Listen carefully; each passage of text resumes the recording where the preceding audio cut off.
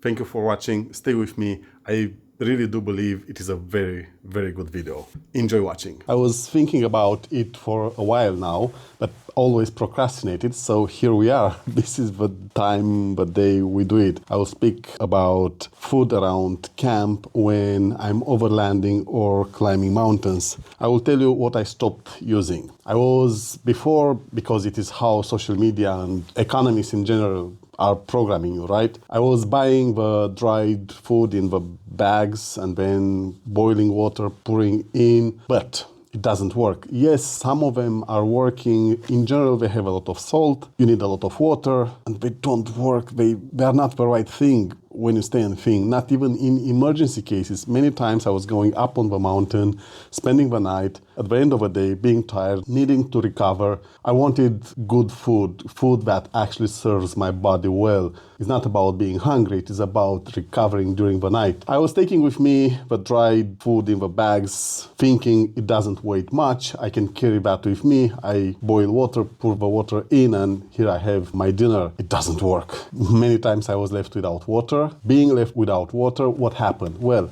I didn't have the water to boil and to hydrate the dried food. And then I didn't have enough water. It was too salty. I was trying to eat that, but now I needed even more water. It was getting me into trouble. I gave up on that. I had a couple of bags, 10, 20 of them, expiring soon. I ate them at home just because I didn't want to throw them away. The only thing that I still have around the house are these ones. They last for 10 years. I hunch they will last for even more. They are made for that. But the taste of them is awful. And of course, this is for emergency, like real emergency. I was thinking while speaking now, what if I also give you what I prefer to take with me as emergency for situations where I know I don't stay too many days, I know I might not have water, and I want to regenerate my body properly and then not to feel hungry, but not hustle too much. I will give you that as well now, right in the beginning, and then we'll move to the rest of the video where I present my whole setup and I will speak about taking food with you, when to take food, when not to take food, why should you have food or not with you, the situations, context, and so forth. That will make the video long. Let me show you what I actually take with me for that case scenarios. I'm back. Around Europe, you have Lidl everywhere, almost in every country. And at Lidl, you find this. Grissini are always good. I will leave it for people with allergies to think for themselves. It is their duty to be critical when I'm speaking and try to find an alternative to this. They are the right thing when it comes to food. This, in my opinion, it is the right food. It doesn't make you too thirsty. Then it takes away the sensation of being hungry. Now, you want more proteins, you want something that is even healthier, in my opinion. Of course, there are voices on the internet saying you have mercury, or what is the name, and it's not good, it is infested, or however they say, it is toxic, you should not eat that. Well, each time I'm going to Italy, but of course you find them everywhere, I like to buy olive oil, and then, because it is cheaper than everywhere else around Europe, Rio Mare fish cans. They are very good. Actually, last night when I was supposed not to eat and I ate, it was 2 cans of this. You see 2 are missing. It was 2 cans of this and 1 of this grissini. For when you go and you spend a quick night out there and you don't want to carry more, just take a couple of cans and then a couple of grissini and here have it. That one is your dinner. You don't, in my opinion, you don't need more. It is enough to help your body regenerate. Of course, many are going there and making a full show on internet, on social media, on how they are cooking and they have breakfast and they have dinner and they have so many things. Come on, let's leave a show out because it's not about that. At least for my case, I don't know how your body behaves, but when I'm going for these long,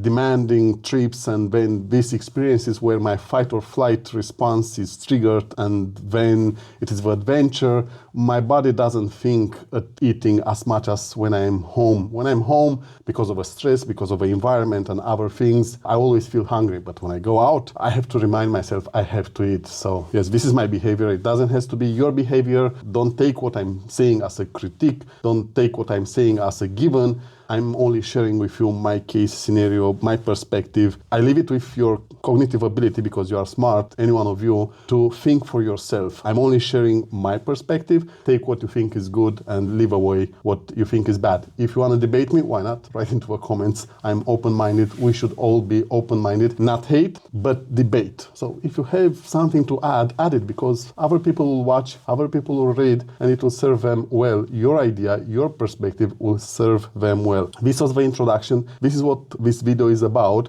What food I take while overlanding with a duster house, how I cook, with what I cook, and then my behavior when I'm overlanding, and then when I go up the mountain and I stay 1 or 2 or more nights, how I deal with that when it comes to food and emergency. I'm telling you right away, if it comes to emergency, I know my body can stay without food for long. I also know my body, for me to get out of a situation, requires more sugar than actual food. So that one is a factor. We'll speak about it during the video. Here I am with the continuation. We'll get to this in a moment. Before anything, this has to stay in the freezer, so I will fast speak about it. A couple of years back, I was climbing for my first time the longest, hardest, most difficult, not necessarily, but most technical mountaineering route on the alpine zone of Romania in the Carpathians. It was my first time experience. I wasn't prepared, of course. Overweight, not having enough training, everything going wrong during that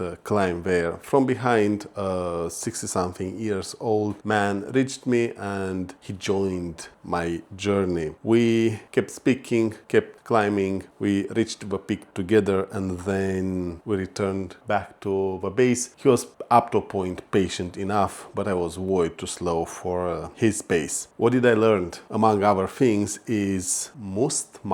It is made of grapes before it becomes wine. It has a lot of sugar in. It goes fast in our bloodstream. It is natural, is not alcoholic. He shared with me must that day. I thought about it. Best way of preserving this as must is in the freezer. So here we have it. This in relation to the question, what food do you take with you on the mountain, and so forth. When it comes to power boost, this is what I take with me on the mountain. It hydrates as well. It has a very good effect when it comes to giving me the energy that I need. I cannot take this with me outside Romania because it has to stay in the freezer. Case scenarios. I either go for a one-day mountaineering climbs. I know I will return in the day. If something happens and I get strained for more than 24 hours on the mountain, the expectation is for whatever bad happens is to be there for 2 to 3 days. I know for a fact that I can stay without food for 2 days, not having any issues. And of course, when you factor the survival into the whole problem, it gets even easier because it is the adrenaline. This is one case scenario. For one-day trips, I only take something light. What I realized lately is I actually cannot eat when doing heavy mountaineering climbs. For example, 28 kilometers, 2000 meters elevation gain, one shot, 1 day climb, which is difficult. It starts early in the morning at maybe 4 o'clock, ends towards midnight. It depends on performance, it depends on what happens, but that one is my worst performance. The best is a couple of hours earlier. For that case scenario, I realized I don't have appetite. The focus is there on the mission.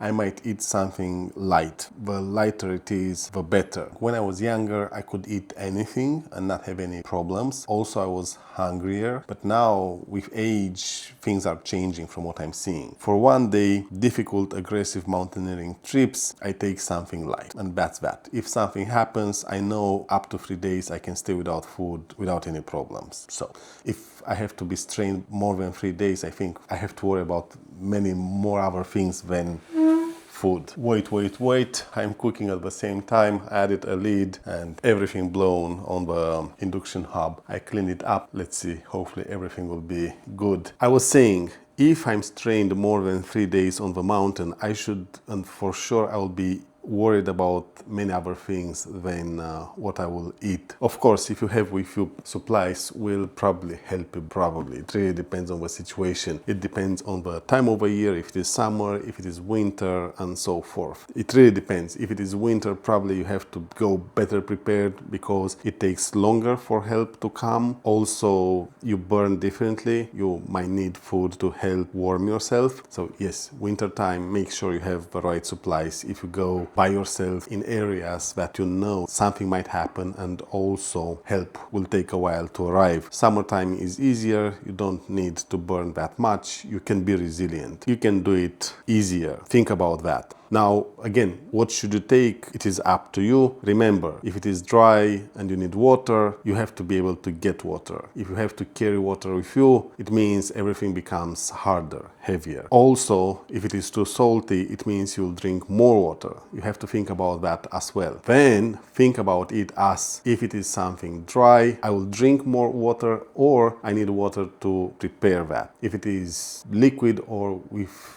as much liquid, or to prepare that requires liquid, is better because I hydrate myself. You have to think about that things. If it is a day trip and you know you are close enough to civilization or to help to come if something happens, then you might only take something light, ideally, because your body is supposed to adapt properly to the climb and only require the boost of energy. For boost of energy, I take must with me if I'm around Romania, where I keep it frozen in the freezer. Otherwise, if I'm around Europe, I will just buy from shops whatever is easy sugar, healthy sugar, sugar that can go into my bloodstream as fast as possible. If it is multi-day hiking trips, I already told you in the introduction, I try to avoid carry with me too much stuff. I was doing it in the past when I was younger and not aware of how much it affects you, that weight being carried so high up for so long. I'm still doing it. I still have a lot of weight when I'm climbing.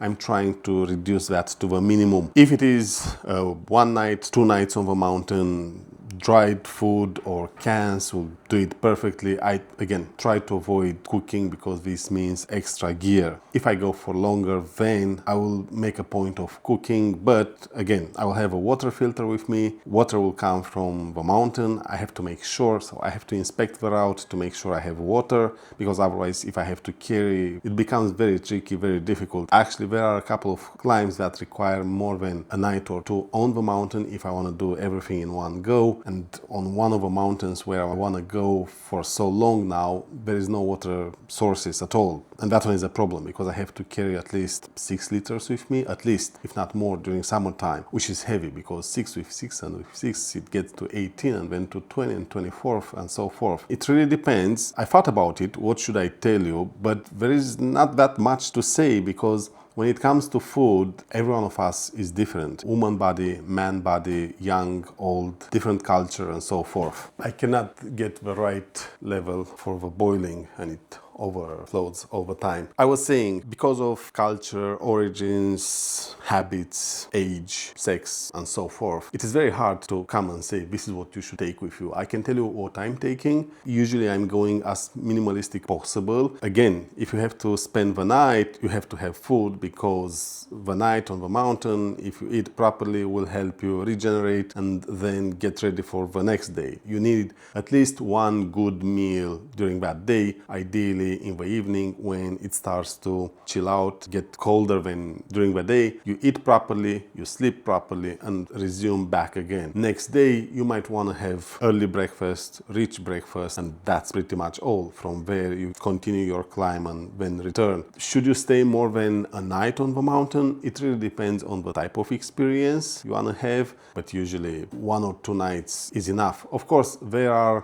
these Instagram, TikTok, YouTube content creation places where everyone goes and spends 1 or more nights and it is full of tents. That one is different. Usually to get there, the camp is not that heavy, not that long. You'll carry the weight and it is what it is. You do the trade. But if it is about mountaineering, real mountaineering, and not camping like that, then yes, you have to go as light possible. If you camp like that, then just carry whatever comfort you need for you to spend your holiday there, a couple of days in in that camp. This is how I see it when it comes to mountaineering. Also, it is based on my profile. I don't go there in the wilderness for too many days, continuously backpacking. I don't do that type of crossing. Usually I drive, I park with a duster house, sleep, eat, prepare for the climb, do the climb, descend, and continue. This is the type of adventure that I'm doing. If you are the hardcore climber that goes out there and crosses kilometers and kilometers, mountains and mountains, then it is different. I presume you'll get into hunting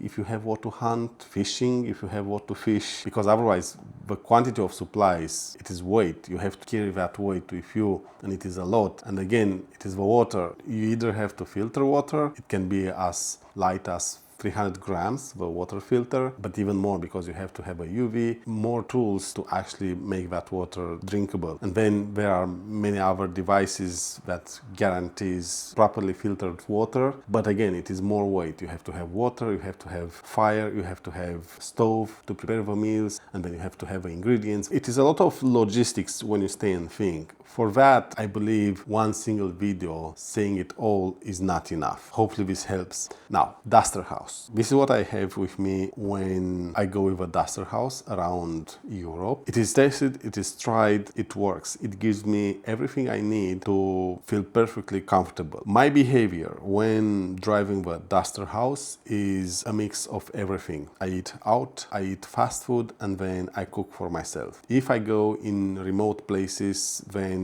during summertime I will have a fridge with me in the car, and then wintertime no need for the fridge because it is cold outside. I will buy supplies, ingredients, or for example prosciutto that I can just eat it with tomatoes, and that's that. That one is the meal. I buy ingredients to cook, or otherwise I will just snack. But it really depends. So what do I have here? I see that I still have some porridge. What I do is I stop in wherever country I am and buy the most interesting porridge that I can find, whatever that means. Something that looks like porridge, acts like porridge, tastes like porridge. And I buy that, I do it with milk, I love it, I always have it in the box. If I know that I'm going remote for a couple of days with a duster house and don't touch civilization, I will fill this box and more to make sure I have everything that I need. As I was saying, summertime I have a fridge, the fridge will be full. Wintertime, no need for a fridge, it gives me more space because it is cold outside. I will always make sure to have supplies. At least once a day, or from time to time, once every other day, it is good to have a warm, hot meal. Hence, I'm cooking on the road. For that to happen, I have this box here. This box is the stove plus more. This is the stove. It is from MSR. I take this with me when I climb as well. If I know I will spend the night on the mountain, I will take this stove with me as well. Again, I keep cooking, it keeps interrupting me. I was readying myself to say, for around the duster house, I go with as cheap fuel possible, which is this one in this case. And then when I'm climbing, I go with better cans. It depends on the time of the year. It might be this, it might be something even better that gives me performance when it is cold outside. It really depends on the situation. I have different types for different situations. I have salt and pepper, obviously. Any one of us should have. I have this, which is for eggs. It is a mix of herbs. Then this to clean around. I bought this from Italy, as I told you, based on the country I am in. I will buy something that looks like porridge, and then something that looks like pasta. I usually tend to cook a lot of pasta because it is easy, it is fast. I do that. I have olive oil straight from Italy.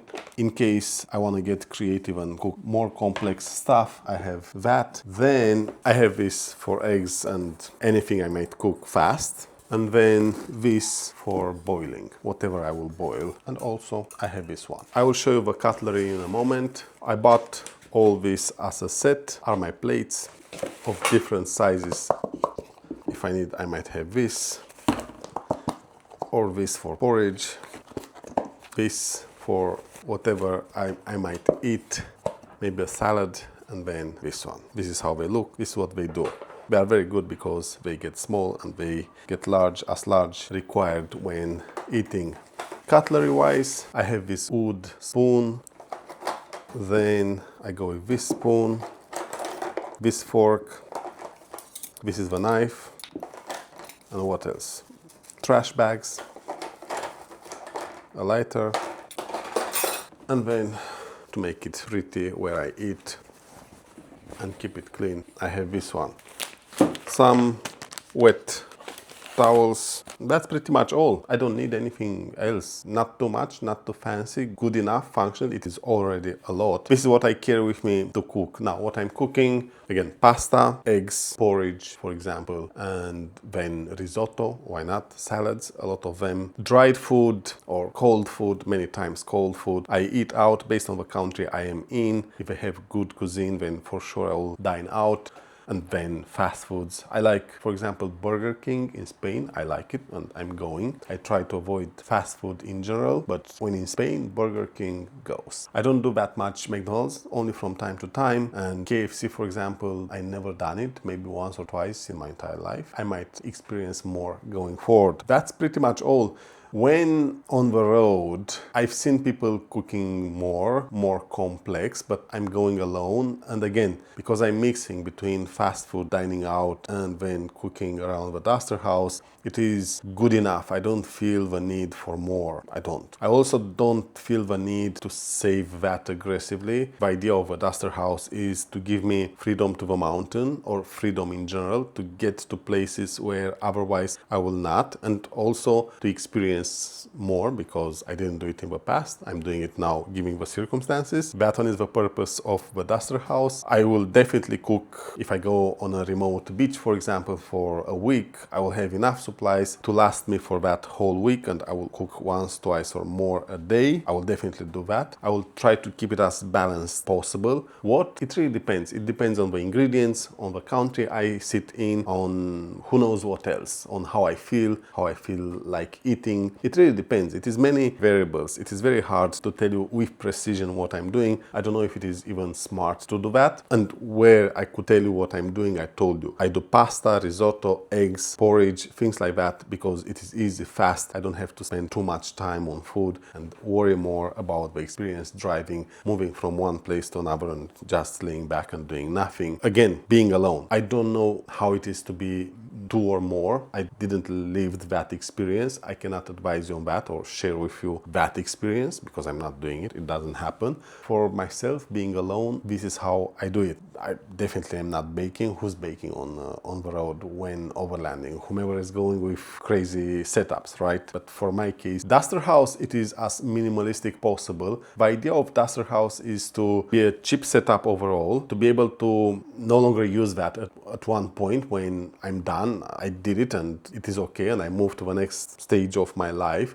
to be able to keep the car and get rid of a tent, for example, or dismantle the tent or keep it there, only install it when I back again go on an experience like that. I do it now because I'm single, I don't have kids. If that will ever through a miracle happen, for sure duster house will no longer make sense in my life. Responsibilities are coming, behavior changes, and objectives, of course. So yes, it really depends on your situation. It is case by case. It is very hard to come and say this is what you should have. You should have a stove. No, you should have a stove. You should keep it clean. You should have cutlery. You should have all these other things, the fuel to drive a stove.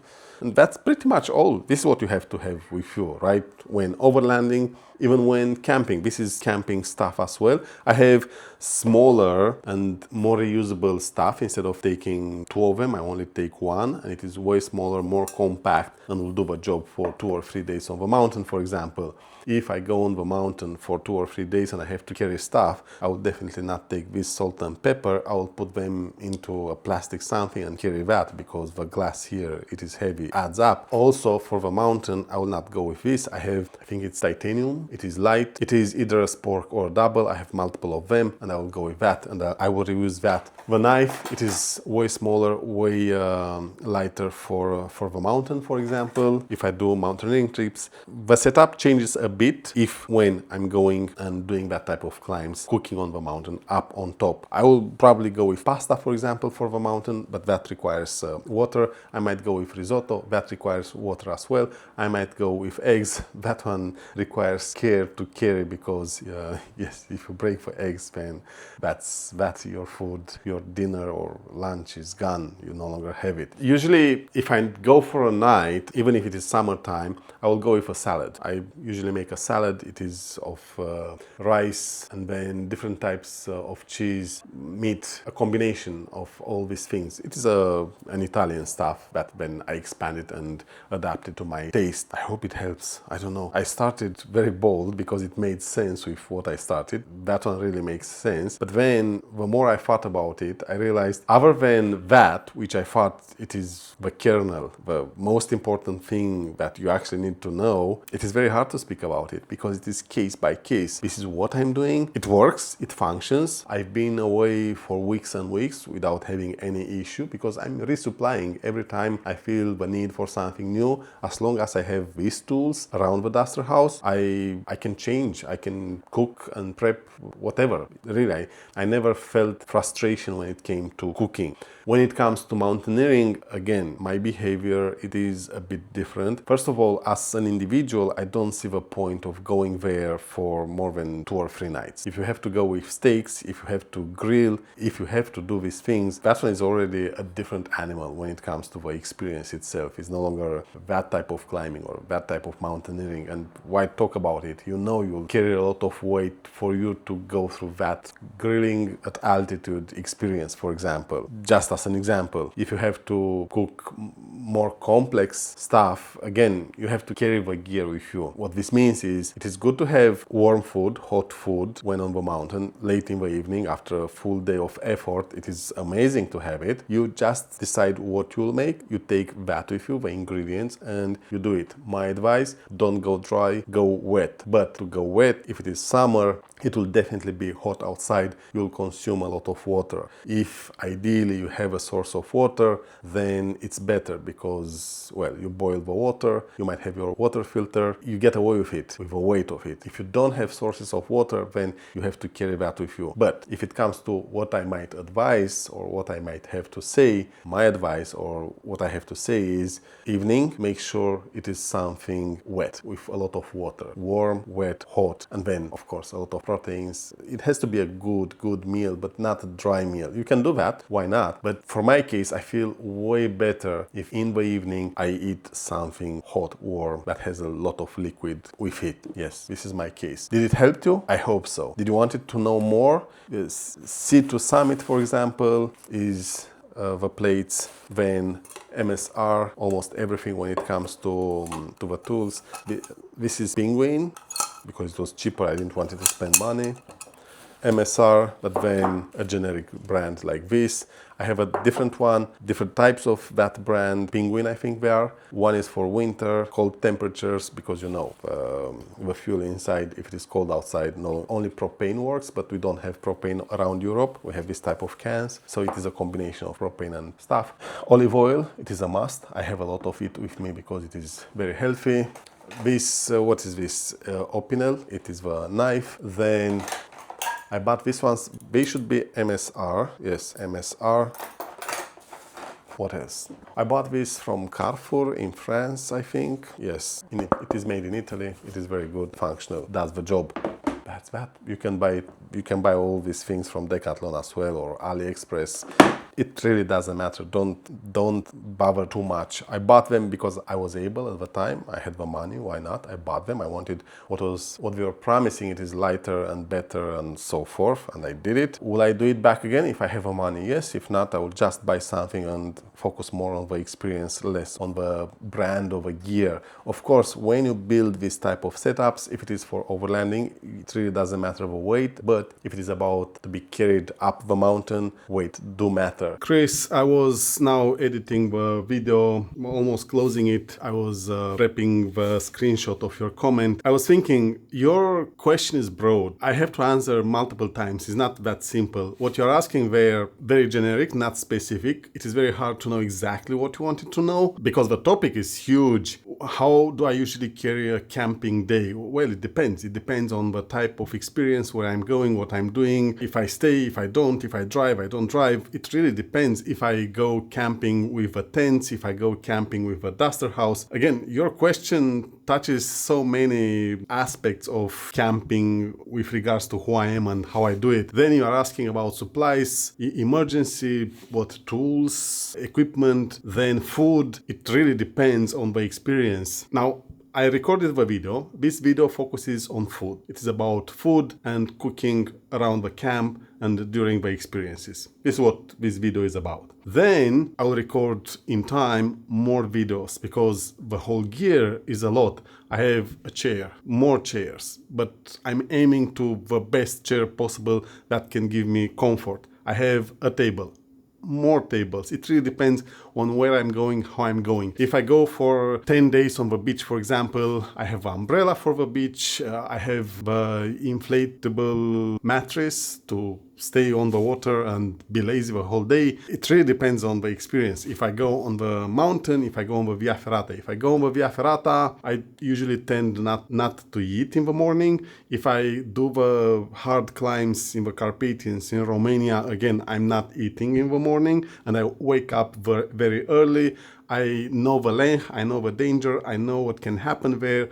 That one is very precisely scheduled and I have specific stuff with me. What you're asking, it is a lot. It will come step by step, one by one. I will start driving eventually. I think it is the year anniversary now, since I keep saying I will resume, I will go. Hopefully it will happen. I know for sure not in the next 4 weeks, but it will happen. Time will come. There is always something happening. I'm working very hard at my recovery and to put myself back on it, and you'll see it one by one on the channel. Yes, work in progress, a lot of effort, a lot of preparation, a lot of hope. I also deal with life, and that one, who knows where it will sway the whole thing. To conclude, I'm answering just to a fragment of it. More will come in the next videos.